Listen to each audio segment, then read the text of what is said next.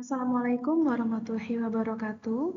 Pada video hari ini, kita akan mempelajari tentang karbohidrat.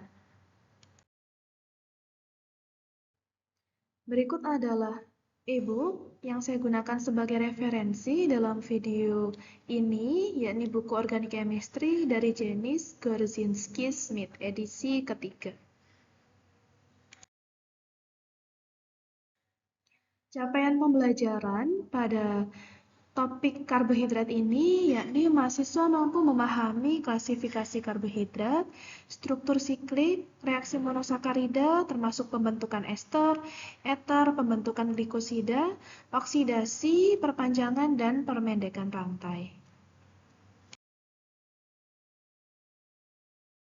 Karbohidrat merupakan turunan aldehida dan keton yang memiliki rumus umum CH2ON atau CnH2NON. Karbohidrat juga biasa disebut sebagai gula ataupun pati. Nah, karbohidrat itu terbentuk dari proses sintesis pada tanaman. Berikut ini adalah skema dari proses fotosintesis. Di sini ada karbohidrat dan juga ada air, di mana dengan adanya klorofil dan bantuan dari sumber cahaya, melalui proses sintesis maka dihasilkan glukosa C6H12O6 dan 6O2. Nah, jika glukosa ini mengalami metabolisme, maka akan terurai kembali menjadi CO2 dan 6H2O.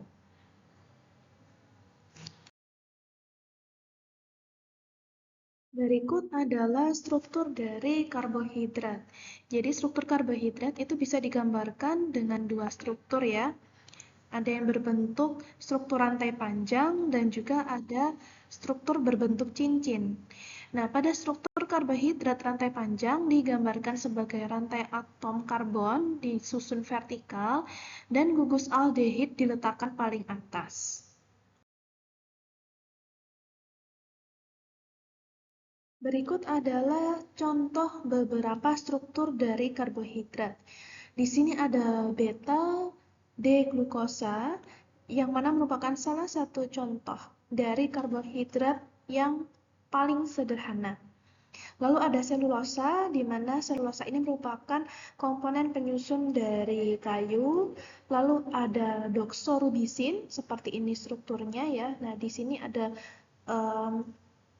dari gula, ada konsumsi dari gula di sini.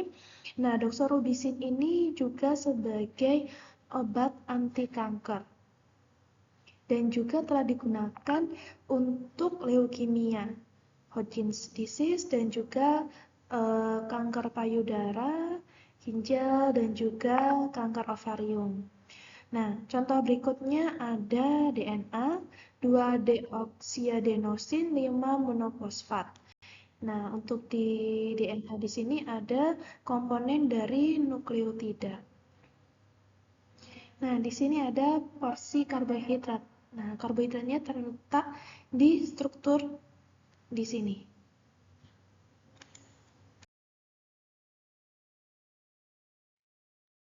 Jadi, karbohidrat itu diklasifikasikan menjadi beberapa jenis. Yang pertama adalah monosakarida.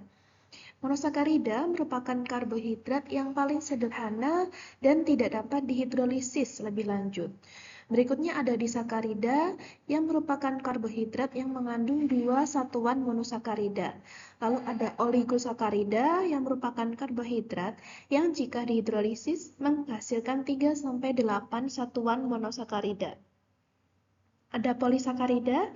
Polisakarida merupakan karbohidrat yang jika dihidrolisis menghasilkan banyak satuan monosakarida.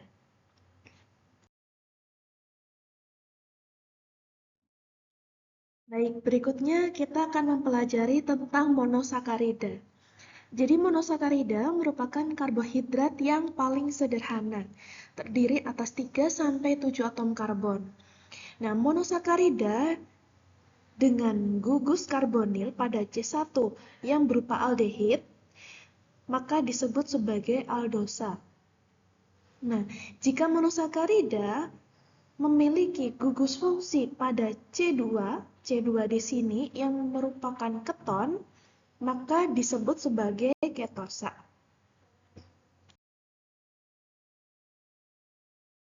Sebelum kita melanjutkan ke slide tentang monosakarida, maka saya akan menjelaskan singkat tentang enantiomer, diastereoisomer, dan epimer.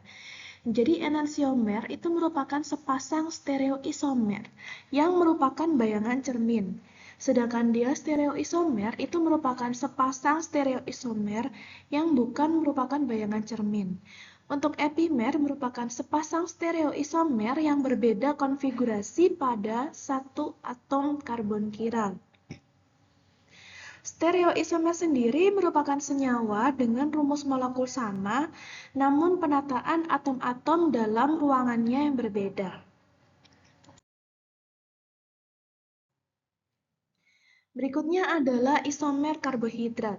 Jadi isomer merupakan senyawa-senyawa yang memiliki rumus molekul sama, tapi strukturnya berbeda. Nah, jadi ini adalah contoh dari isomer karbohidrat. Di kiri ada D-glyceraldehid atau aldosa. Nah, di kanan ada dihidroksiaseton atau sebuah ketosa. Nah, keduanya ini merupakan isomer. Jadi bila kita hitung ya jumlah C, H, dan O-nya jumlahnya akan sama karena rumus molekulnya sama tetapi strukturnya berbeda. Lalu ada D-glukosa, sebuah aldosa di sini, dan sedangkan di kanan ada D-fruktosa atau sebuah ketosa. Nah, ini juga merupakan contoh isomer, konstitusional isomer.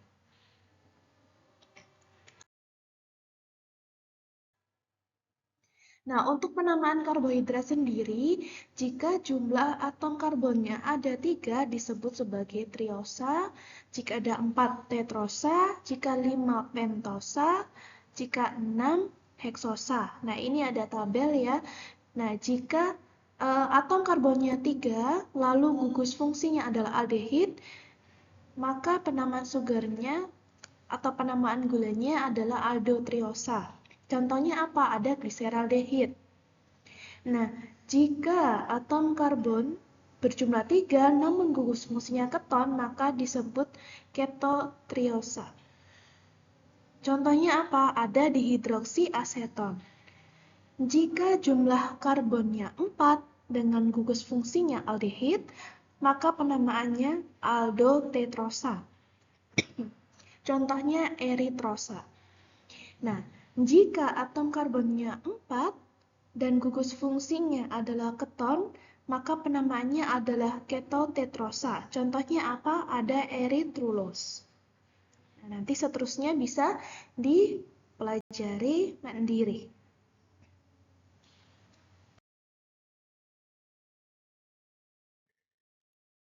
Salah satu ciri yang mencolok dari struktur karbohidrat adalah adanya pusat stereogenik.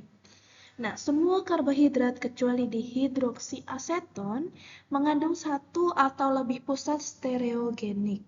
Nah, aldehida paling sederhana, contohnya gliseraldehid, memiliki satu pusat stereogenik sehingga ada dua kemungkinan enantiomer.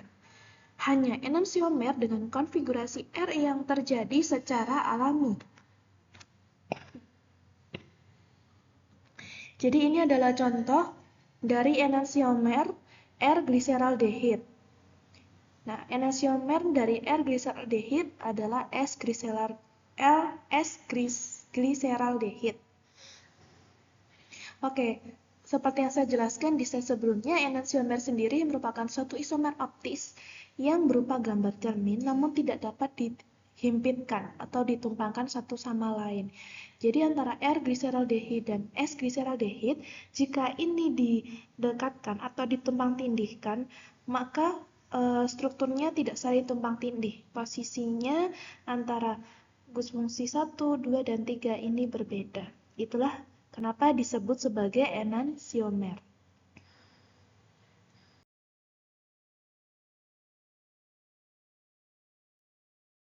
Berikutnya adalah proyeksi Fischer.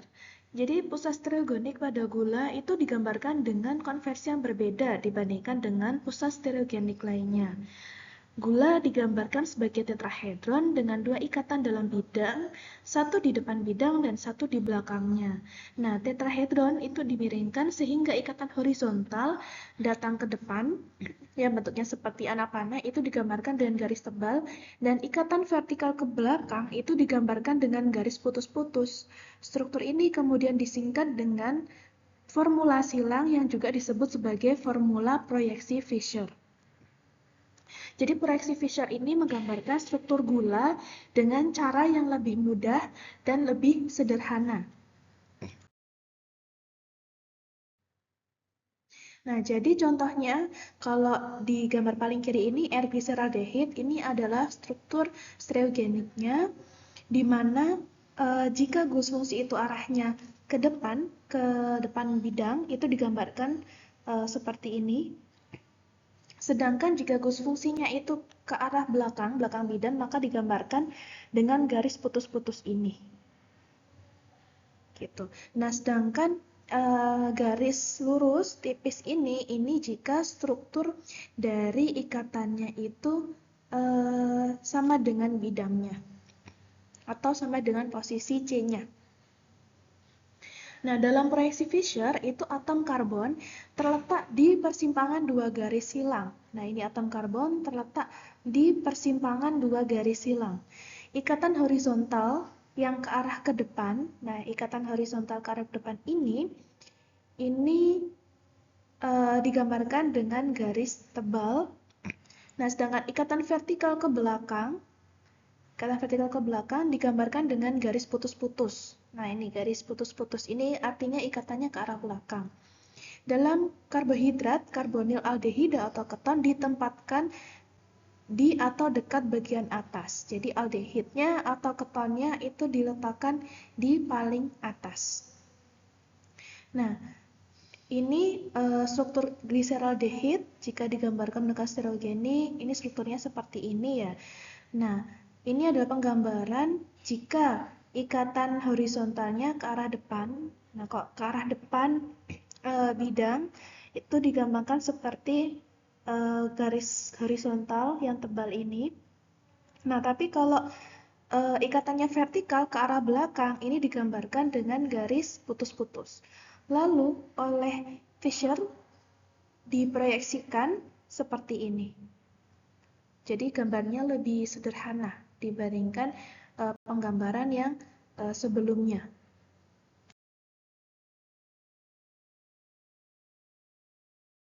Ya, jadi ini adalah contoh soal ya. Jadi diminta untuk menggambarkan masing-masing struktur karbohidrat berikut ke dalam proyeksi Fisher. Nah, jadi dari struktur yang awal ini digambarkan ulang, ditata menjadi bentuk seperti ini ya. Jadi H sama OH-nya itu diposisikan ke arah depan, ke arah horizontal, digambarkan sebagai garis tebal, sedangkan CHO aldehidnya dan CH2OH itu digambarkan membelakangi bidang sehingga digambarkan dengan garis putus-putus seperti ini. Lalu jika diproyeksikan dengan proyeksi Fisher, diperoleh bentuk struktur seperti ini. Nah, sama seperti gambar yang B, dengan struktur seperti ini, maka digambarkan ulang yang mana aldehidnya ditaruh di atas ya. Lalu untuk OH dan H itu diproyeksikan ke depan bidang sehingga digambarkan dengan garis tebal di sini. Nah, untuk CHO dan CH2OH-nya itu membelakangi bidang sehingga digambarkan dengan garis putus-putus. Lalu setelah diproyeksikan dengan proyeksi Fisher diperoleh struktur seperti ini.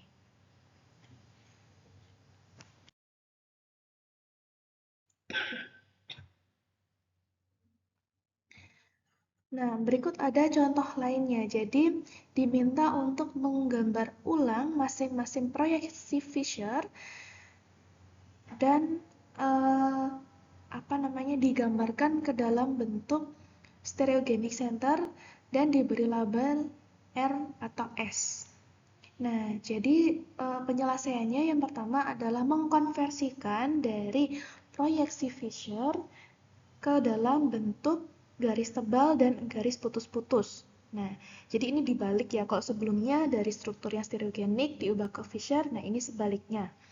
Jadi dari struktur proyeksi Fisher digambarkan ke dalam struktur seperti ini, jadi yang ke arah depan posisi gugus fungsinya itu digambarkan dengan garis tebal.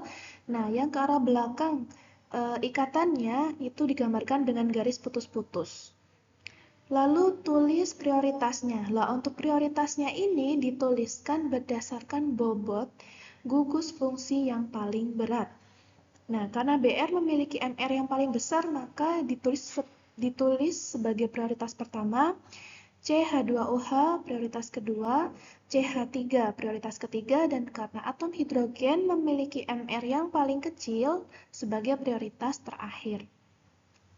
Nah, untuk menentukan perputarannya R atau konfigurasi RS, maka diorientasikan dari bobot yang paling besar. Jadi arahnya dari sini dari BR ke CH2OH, lalu ketiga dan H.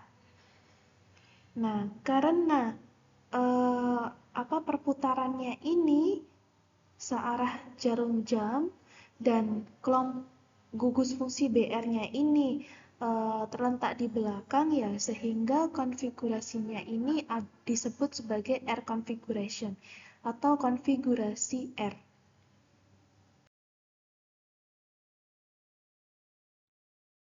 Prosedur yang sama juga digunakan dalam struktur glukosa berikutnya, yang contoh yang B ini. Jadi dari proyeksi Fisher digambarkan ke dalam struktur menggunakan garis tebal dan garis putus-putus seperti ini. Lalu dipilih prioritasnya berdasarkan massa molekul yang paling besar. Jadi di sini dari Cl, CHO, CH3, dan H. Nah, maka perputaran dari molekul ini adalah dari Cl, CHO, lalu ke CH3. Nah, karena perputarannya ini searah dengan jarum jam, dan gugus fungsi keempatnya, atom hidrogen di sini, itu terletak di depan, maka disebut sebagai konfigurasi S. Oke, bisa kelihatan ya bedanya antara konfigurasi R dan S.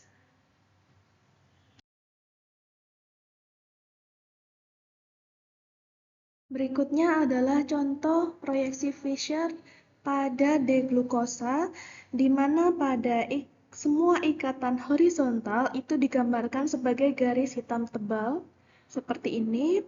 Lalu jika diproyeksikan Fisher, strukturnya tergambar seperti ini.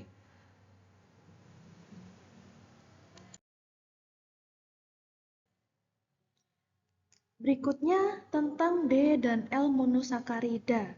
Nah, jadi proyeksi Fisher untuk enantiomer gliseraldehid, di sini ada enantiomer gliseraldehid, yang kiri adalah R-gliseraldehid, yang kanan adalah S-gliseraldehid. Nah, untuk yang kiri R-gliseraldehid itu penamaannya juga ada penamaan lainnya ya, D-gliseraldehid. D-nya ini adalah dextro. Nah, untuk yang kanan L itu L-gliseraldehid atau levoglyceraldehid. Nah, penamaan ini L dan D itu berdasarkan pada posisi OH. Kalau D glukosa itu artinya OH-nya berada di kanan. Nah, kalau OH-nya berada di kiri, maka disebut sebagai L-sugar atau levoglukosa. Nah, jadi penamaan glukosa sendiri itu selain dilihat dari posisi konfigurasinya, ada R dan S, dan juga dari posisi OH-nya, ada D-glukosa atau dextroglukosa, ada L, levoglukosa.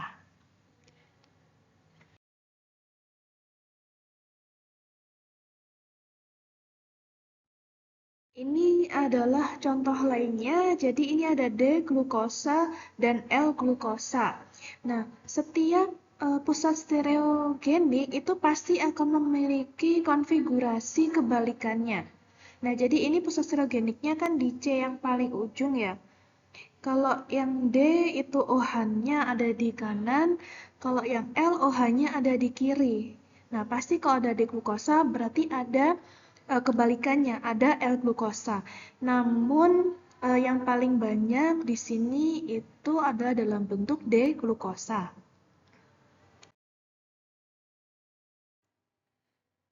Berikutnya adalah D-aldosa. Di sini contohnya D-aldotetrosa.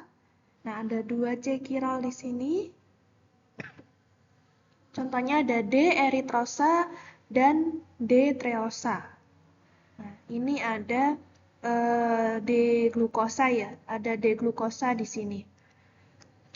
Nah, di sini adalah contoh dari 4 stereoisomerik dari aldotreosa.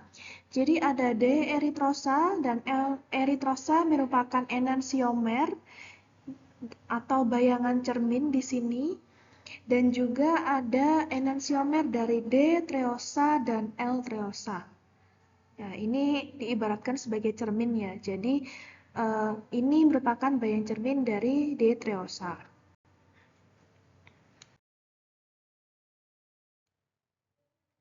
Berikut adalah family atau apa namanya skema ya dari D-aldosa yang memiliki 3 sampai 6 atom karbon.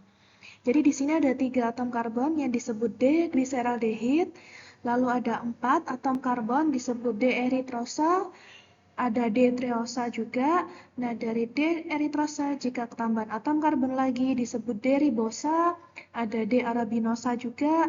Lalu jika atom C-nya bertambah jadi 6, ada D-alosa, ada D-altrosa, lalu ada D-glukosa, D-manosa, dan seterusnya.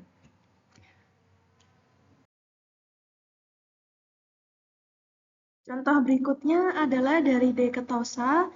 Jadi kalau strukturnya itu memiliki 3 atom karbon disebut sebagai dihidroksiaseton. Nah, ketika ada penambahan 1 atom C di situ dan atom karbonnya berjumlah 4, maka disebut sebagai D-eritrulosa. Nah, jika atom karbonnya bertambah menjadi 5, ini bisa terbentuk D-ribolosa atau D-silulosa. Jika bertambah lagi atom karbonnya menjadi 6, maka ada D-sikosa dan D-fruktosa. Nah, kalau dari D-silulosa bertambah lagi atom karbonnya, maka akan terbentuk D-sorbosa dan D-tagatosa. Jadi pada monosakarida itu memiliki sifat fisik sebagai berikut. Mereka memiliki rasa manis, tetapi tingkat kemanisannya sangat bervariasi, lalu merupakan senyawa polar dengan titik leleh yang tinggi, lalu memiliki banyak gugus fungsional polar dan mampu membentuk ikatan hidrogen sehingga membuat monosakarida ini mudah larut dalam air. Dan senyawa monosakarida itu sangat polar, sehingga tidak larut dalam pelarut organik seperti di etil ether.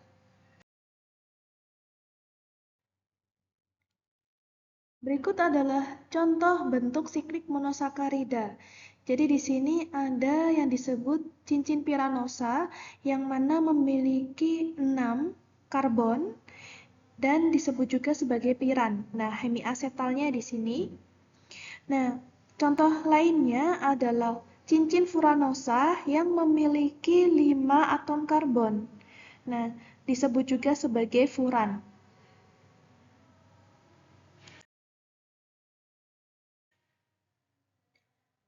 Anomer merupakan suatu stereoisomer dari monosakarida siklis yang berbeda posisi OH-nya pada hemiasetal karbon. Nah, jadi ini contoh dari anomer glukosa ya. Yang awalnya dia dalam bentuk cincin piranosa, lalu terjadi penata ulangan di sini, maka terbentuk 2 anomer yang membentuk siklik. Nah, di sini adalah pusat stereogenik barunya di sini.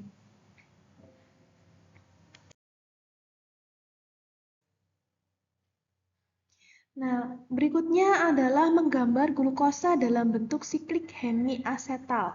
Nah, jadi ini ada contoh dari D-glukosa untuk menggambar dalam bentuk siklik hemiasetal. Yang pertama adalah dirotasikan.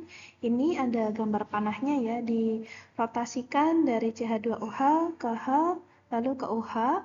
Nah, sehingga posisi CH2OH berubah di sini, lalu di sini OH-nya, di sini ada H. Setelah itu digambarkan ulang sebagai proyeksi Fischer.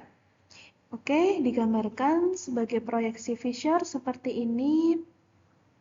Lalu digambarkan dalam bentuk sikliknya. Jadi untuk menggambarkan bentuk sikliknya dari C di sini, ini langsung diubah dalam bentuk siklik ya.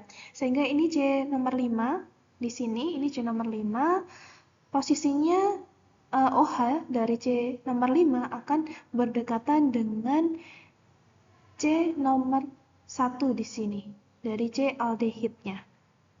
Nah, ini dari proyeksi Fischer digambarkan ke dalam bentuk sikliknya.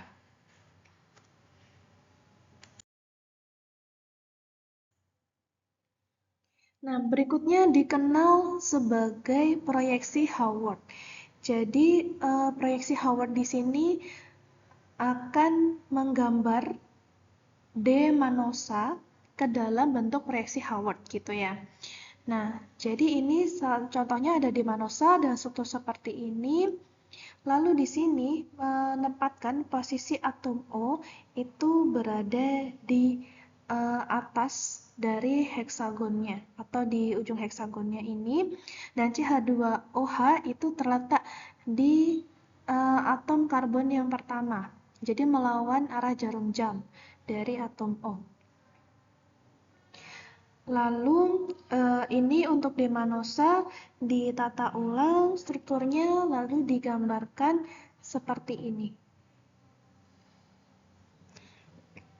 Nah, jika D-sugar atau D-glukosa, CH2OH itu digambarkan di posisi atas, tapi untuk L-glukosa maka CH2OH-nya itu digambarkan di bawah.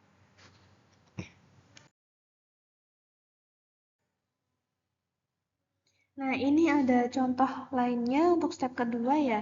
Jadi untuk alfa anomer OH-nya digambarkan di bawah untuk D-sugar. Nah, ini alfa anomernya OH-nya ada di bawah, tapi untuk beta anomer maka OH-nya itu digambarkan di atas pada D-sugar. Gitu.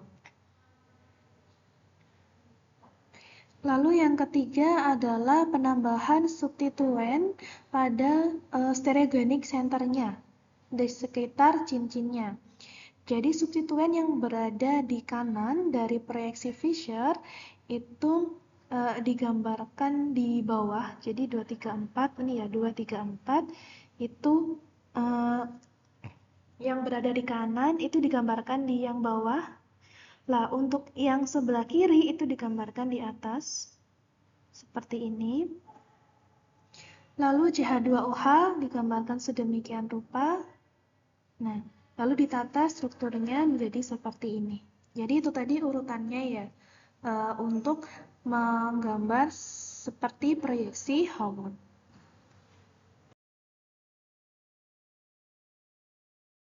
Berikutnya adalah penggambaran struktur 3 dimensi glukosa.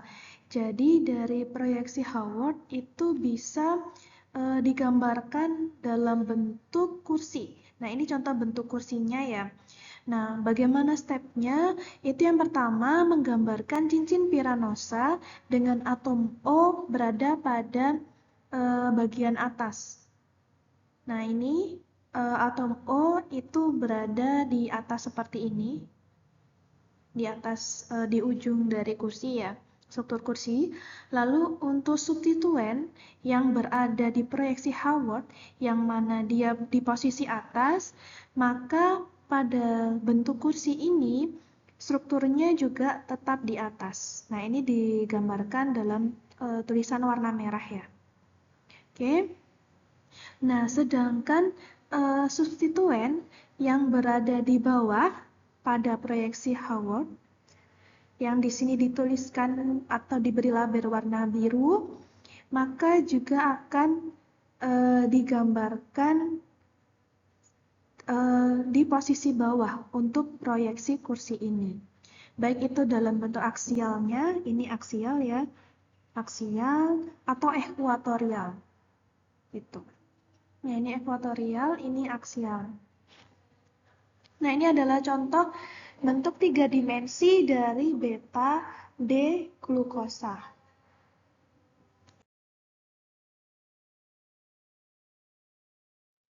Berikutnya adalah contoh penggambaran 3 dimensi dari anomer D glukosa. Nah, jadi ini struktur dalam bentuk kursi. Yang kiri adalah alfa anomer karena OH-nya ini berada di posisi bawah ya, di aksial. Nah, beta anomer karena posisi OH-nya ini di ekuatorial. Nah, ini adalah enantiomer ya.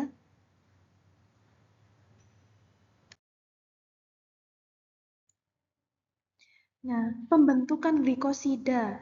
Nah, jadi ini adalah reaksi pembentukan glikosida dari alfa dextroglucose.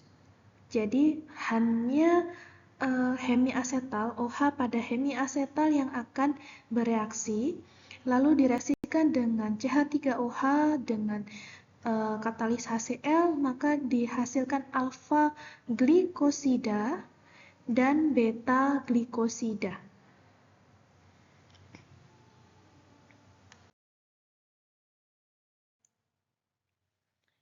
Nah, ini adalah step by step ya dari pembentukan glikosida. Nah, yang pertama terjadi protonasi dan kehilangan gugus, salah satu gugus fungsi. Nah, dari di sini ada beta D glukosa. Nah, direaksikan dengan HCl, maka O dari OH di sini akan menarik atom hidrogen. Nah, sehingga jumlah elektronnya berlebih di sini, terbentuk OH2 sehingga dia akan melepas gugus fungsinya, terbentuk H2 di sini. Juga karena ikatan antara HCl dan terputus sehingga dihasilkan HCl dan H2O di sini. Lalu atom C karena dia telah melepas ikatannya dengan OH2, dia kehilangan elektron di sini sehingga muatannya positif. Lalu terjadi resonansi untuk menstabilkan posisi kationnya. Si karbon akan menarik 2 elektron dari atom O, lalu terbentuklah ikatan rangkap. Dan dihasilkan H2O ya, hasil pelepasan gugus OH yang tadi. Step berikutnya adalah ada serangan nukleofilik dan juga deprotonasi. Jadi untuk reaksi yang atas, setelah dia berikatan atau berinteraksi dengan CH3OH, maka karbokation di sini akan menarik CH3OH. Nah, terbentuk ikatan seperti ini ya. Nah, karena atom O di sini itu kekurangan elektron, maka dia akan menarik elektron dari ikatan yang dengan H, sehingga hanya lepas, hanya berikatan dengan Cl. Nah, terbentuklah beta glikosida dan HCl. Nah, untuk reaksi yang bawah, jadi ada 2 kemungkinan reaksi ya. Nah, untuk yang reaksi bawah ini, dari karbokation dia menarik CH3OH di sini, lalu ikatan H-nya lepas, dan H ditarik oleh Cl karena Cl ini elektronegatif ya, lalu terbentuklah alfa glikosida. Jadi dengan reaksi yang di atas ini terbentuk beta glikosida, untuk reaksi yang bawah dihasilkan alfa glikosida. Ingat, alfa glikosida karena posisi OCH3-nya berada di bawah di sisi aksial. Nah, beta glikosida karena posisi OCH3 berada di ekuatorial, ada di sini.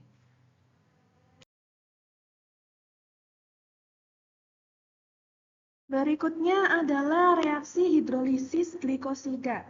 Jadi di sini ada metil alfa D-glucopyranoside yang direaksikan dengan H3O+, maka dihasilkan alfa D-glukosa, beta D-glukosa, dan juga CH3OH.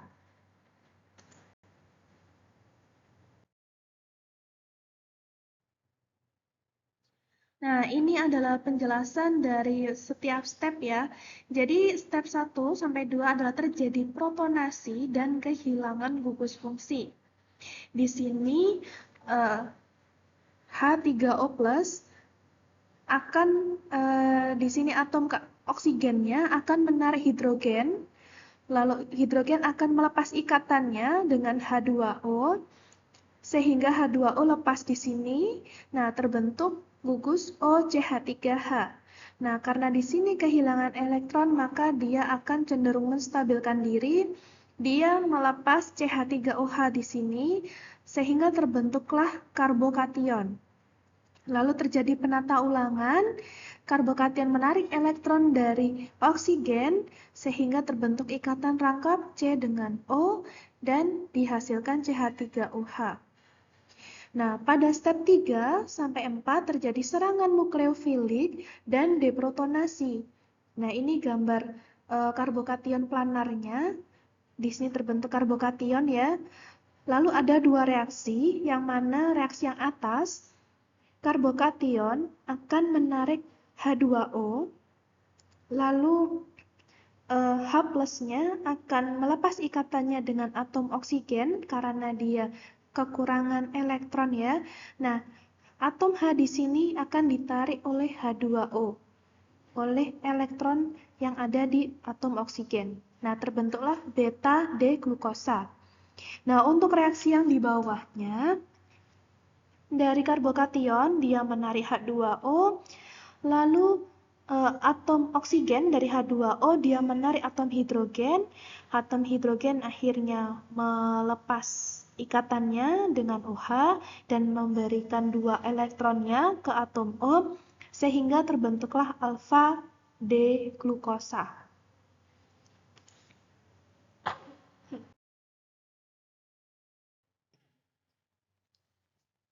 Lalu ada pembentukan eter.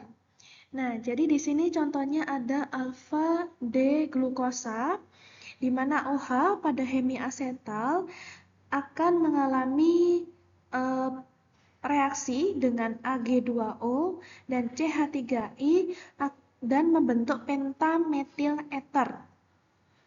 Nah, jadi dari OH di sini akan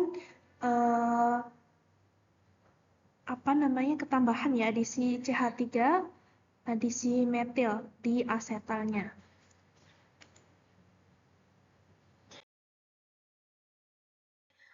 Oke, saya akan menjelaskan singkat terkait asetal dan hemiasetal. Jadi untuk asetal itu merupakan senyawa organik yang memiliki dua gugus alkil atau aril pada atom karbon pusat yang juga terikat pada dua atom oksigen.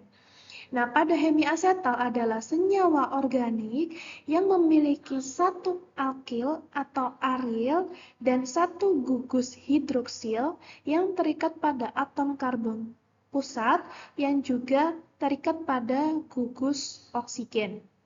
Nah, ini bedanya struktur asetal dan hemiasetal.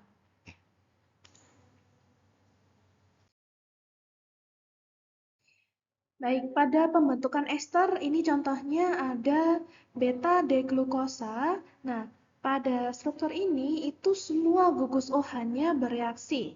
Ini bisa bereaksi dengan asetik anhidrat maupun dengan asetil klorida.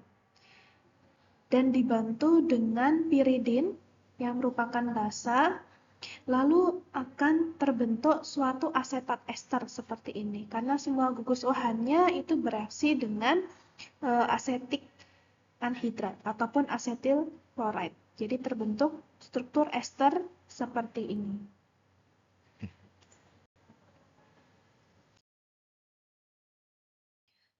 Glukosa pun juga bisa mengalami reduksi. Nah, jadi di sini yang mengalami reduksi adalah C, atom C primer ya, di posisi pertama dengan NaBH4 dan juga CH3OH akan dihasilkan glusitol atau disebut juga sebagai sorbitol. Jadi atom di sini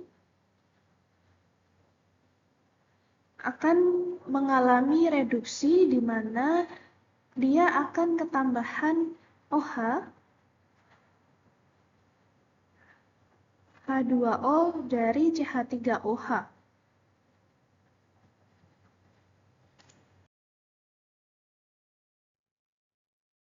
Berikutnya adalah reaksi oksidasi, di mana reaksi oksidasi di sini adalah C primer dan C sekunder dari alkohol dan juga dari aldehid. Di sini contohnya adalah aldosa, yang mana dia mengalami reaksi oksidasi atau ketambahan atom oksigen dan dihasilkan asam aldonat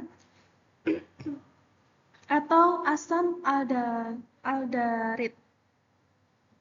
Nah, di sini contohnya, jadi CHO ketambahan satu oksigen jadi COH, ataupun dari alkoholnya, dari CH2OH ketambahan oksigen jadi COOH.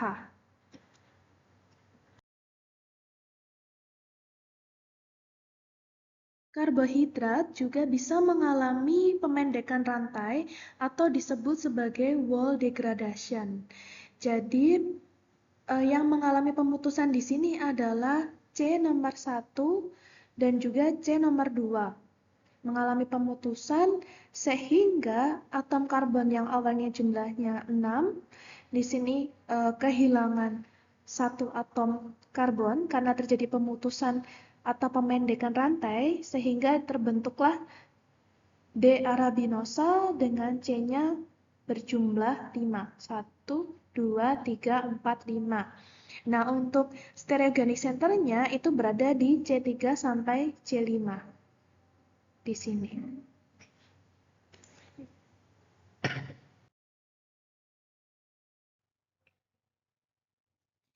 Nah, ini adalah step dari degradasi wall atau pemendekan rantai dari D-glukosa. Ketika direaksikan dengan NH2OH, maka NH2OH ini akan masuk terbentuk ikatan rangkap ya dengan C, lalu terbentuk senyawa yang disebut dengan oksim. Lalu ketika direaksikan dengan CH3C2O dengan asetik anhidrat dan juga dengan sodium asetat, maka akan dihasilkan produk nitril. Nitril yang disebut juga cyanohydrin. Lalu ketika ditambahkan dengan NaOCH3, maka akan terlepas HCN, terbentuk HCN di situ, dan akan terbentuk arabinosa. Jadi di tahap inilah terjadi pemutusan ikatan C1 dan C2-nya. Nah, di sini terjadi pemendekan rantainya.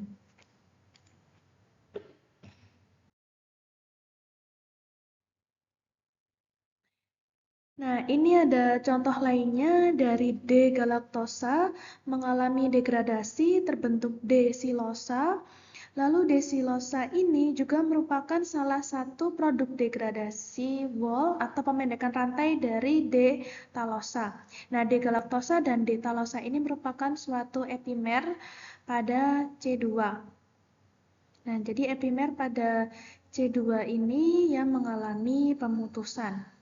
Lalu terbentuk D-silosa.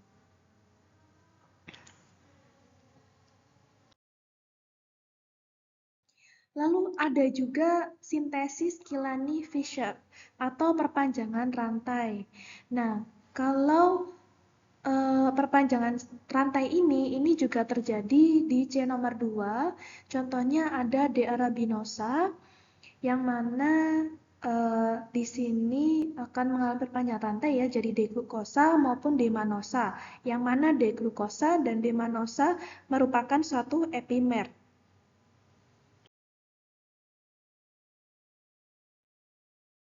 Berikut ini adalah step dari sintesis Killian-Fischer. Jadi ada suatu aldosa di sini yang direaksikan dengan NaCN dan juga HCl serta penambahan HCN di sini. Lalu akan terbentuk ikatan karbon baru di sini yang disebut juga sebagai cyanohydrin. Nah, ketika direaksikan lagi dengan hidrogen dan PDBaSO4, maka akan dihasilkan imin. Dari C yang awalnya ikatan rangkap dengan N, maka selanjutnya akan terbentuk ikatan C rangkap 2N dan H. Dan ketika direaksikan dengan H3O+, maka akan terjadi proses hidrolisis, di sini hidrolisis imin, dan akan dihasilkan bentuk glukosa seperti ini.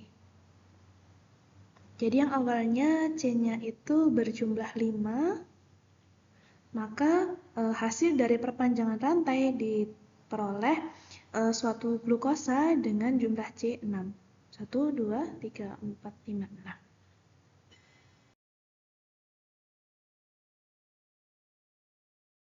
Baik, jadi di sini kita akan mempelajari dan mendalami bahwa degradasi Wall dan sintesis Killian-Fischer itu berbeda. Jadi kalau degradasi Wall itu dia memutus atau menghilangkan salah satu atom karbon dari suatu aldehid dan akan dihasilkan suatu aldosa. Dua aldosa yang mana memiliki epimer pada C2. Nah, untuk Killian-Fischer itu merupakan penambahan satu atom karbon pada suatu aldehid dan dihasilkan aldosa dengan memiliki dua epimer pada C2. Jadi bedanya kalau degradasi Wall itu adalah untuk pemendekan rantai dari aldehid terbentuk aldosa. Nah, untuk Killian-Fischer sintesis itu adalah reaksi perpanjangan rantai yang mana ketambahan satu atom karbon.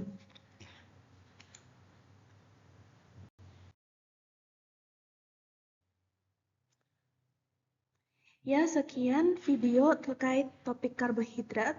Semoga apa yang saya sampaikan bermanfaat untuk Mas dan Mbak semuanya.